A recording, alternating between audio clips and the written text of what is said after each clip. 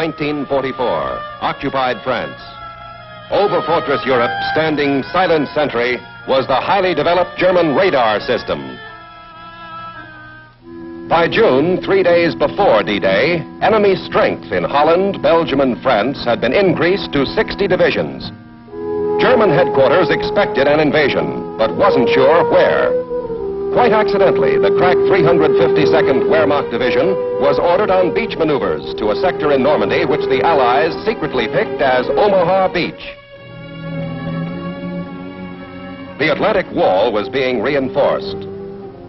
Thinking the Allies intended to strike directly across the channel at its narrowest point, the enemy kept strong forces in the area and heavily fortified the Pas-de-Calais coastline. High German brass inspecting fortifications facing England ordered heavier defenses. Ever alert and expecting to drive the invaders back into the sea, the enemy hoped his fortress was impregnable. June 5th, London. The waking metropolis didn't know General Eisenhower had given us the final decision. The invasion of France would start this night. All southern England was a military camp. For days, our troops had been boarding invasion transports. If ever there was a German bomber's paradise, it was a harbor like Portsmouth. What sitting ducks we could have been. But our air forces had cleared the way for invasion. Late in the afternoon before D-Day, Eisenhower, Spotts, and Brereton came to Newbury. At headquarters of the 101st Airborne, they visited with the paratroopers who were getting ready to embark on their hazardous mission. Many of them told their supreme commander that as soon as they dropped in France, everything would be taken care of. But the general and the private weren't kidding each other. As spearhead of the invasion, thousands of airborne troops were going to drop behind enemy lines.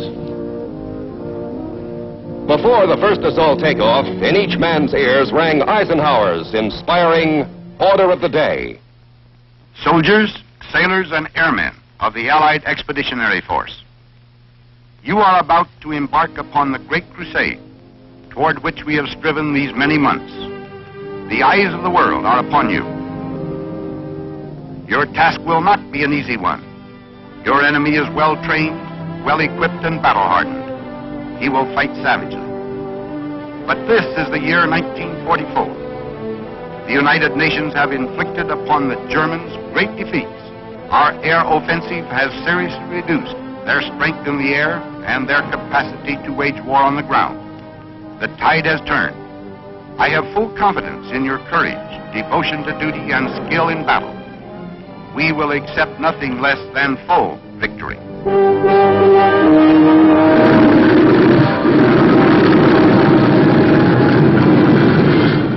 Good luck, and let us all beseech the blessing of Almighty God upon this great and noble undertaking.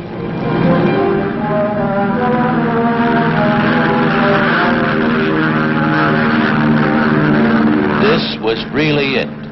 Here we were, the 9th Troop Carriers vaulting the Channel, the vanguard of the Second Front, 1 British and 2 American divisions. Our mission? To drop them behind German fortifications, to flank and secure the invasion zone. Tough young men making history, which some of them would never get a chance to read.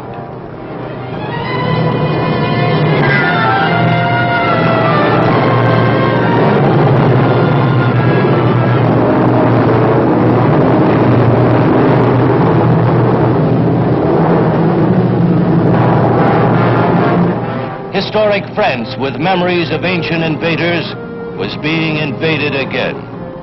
This time, airplanes had ferried hosts of Allied warriors to the Normandy battleground.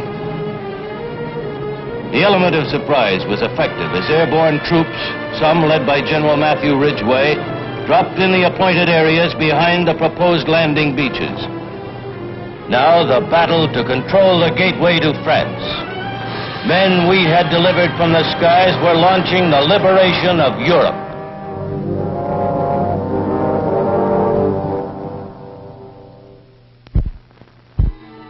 All this time, hundreds of troop-laden invasion craft were leaving England.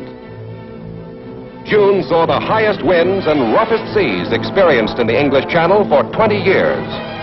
D-Day was no picnic.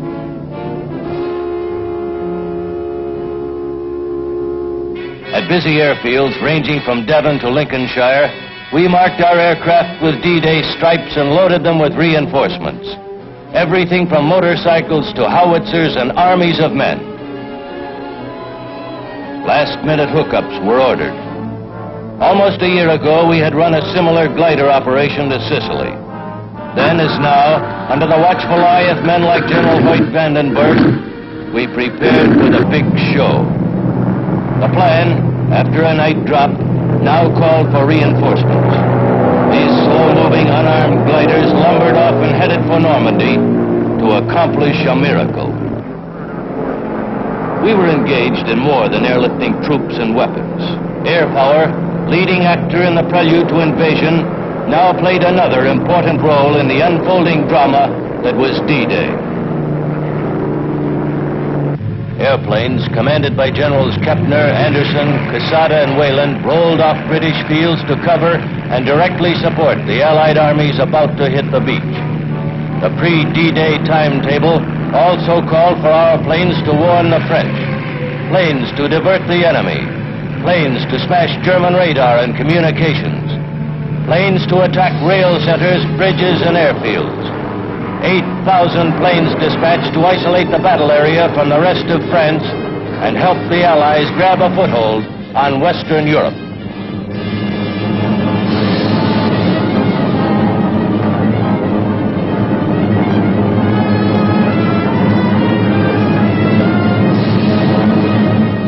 As we left England, all of us felt the high drama of armies of men joined in the historic flight across the Channel.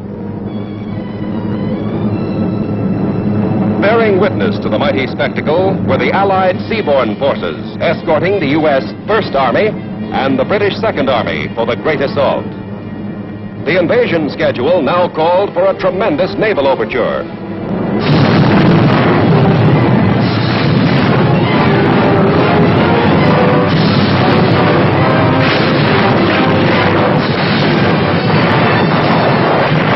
Climaxing the attack, we went in to demolish critical bridges, key roads, and rail arteries leading into the battle area, as well as German radar and fortifications along the coast.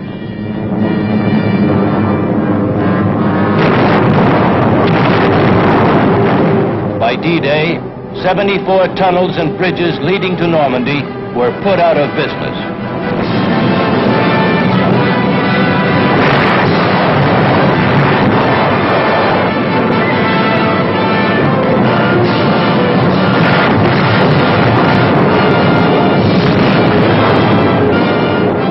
No one would have given our reinforcements and wooden gliders better than an even chance of living through the next hour, much less the next day.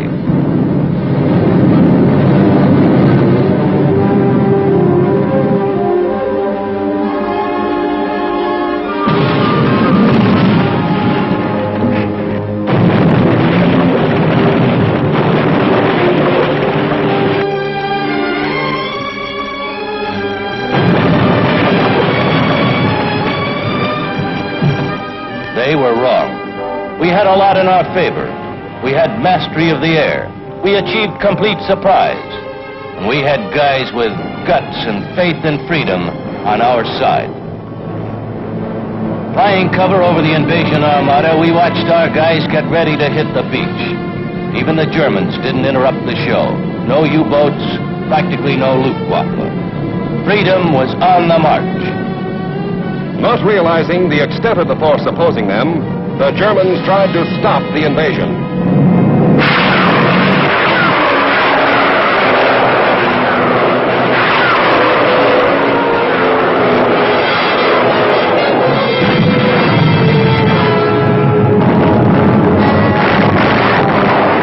General Ike had promised his assault troops, if you see any airplanes, don't worry, they'll be ours. He was right. We were there with a vengeance.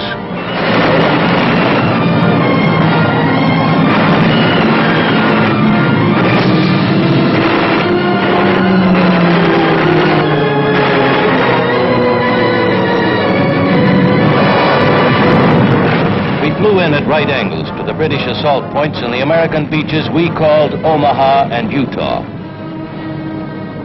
Paving the way, we bombed continuously until minutes before the landing.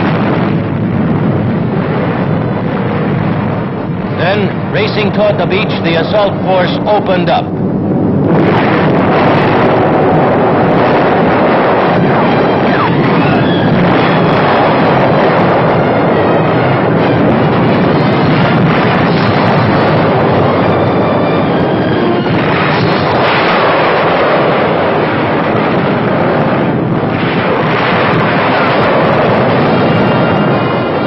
Hour, and waves of free men hit the beach. Normandy, from the Cherbourg Peninsula, eastward to the mouth of the Seine, shook with a tremendous roar of battle.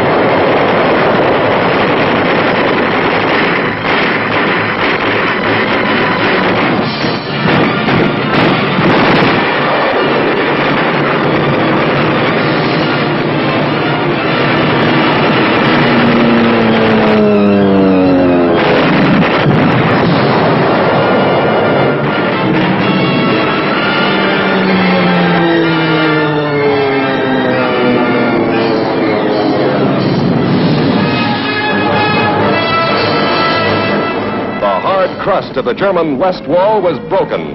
The landing stuck. Unceasingly, the Allies poured men and materiel into the flame-swept rim of France. Try as he would, the enemy could not push the Allies into the sea. Our planes hunted the German Air Force. Where were they?